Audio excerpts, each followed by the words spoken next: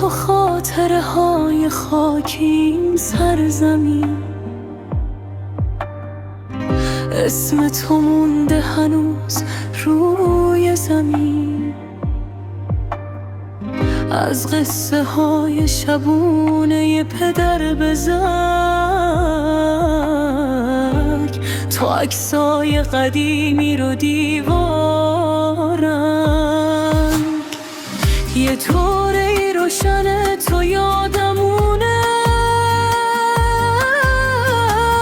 تهران عشق راغون دل شادونه، صدای یه نسل که آرزو داشت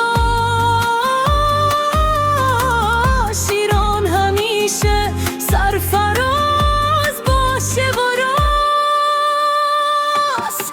جاوید شاه تو خاطره ها، اسم تو پیچیده تو کوچه ها، یه حس غرور تو قلب ماست، رویای فردای بهتر با ماست. جاوید شاه یه اسمم قدیم اما هنوز تو دلم مقیم، تاریخ میگه که ایران میمونه با عشق و امید تا چاوونه.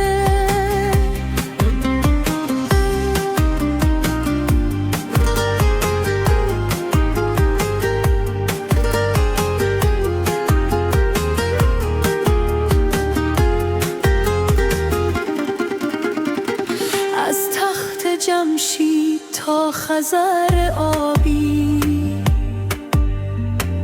ایران همیشه بوده عالی، یه پرچم و یه خاک و یه صدا،